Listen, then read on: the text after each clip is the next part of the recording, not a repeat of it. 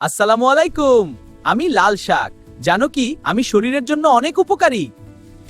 আমাকে খেলে শরীরে রক্ত বাড়ে এবং দুর্বলতা কমে। ছোট বড় সবাই আমাকে খেতে পারে। আমি শরীরকে শক্তিশালী করি। আমি হজম শক্তি বাড়াতে সাহায্য করি।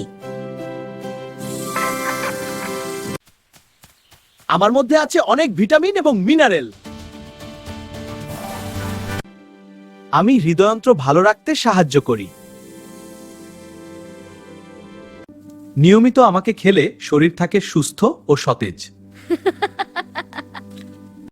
তাই আজ থেকেই খাবারে লাল শাক রাখো।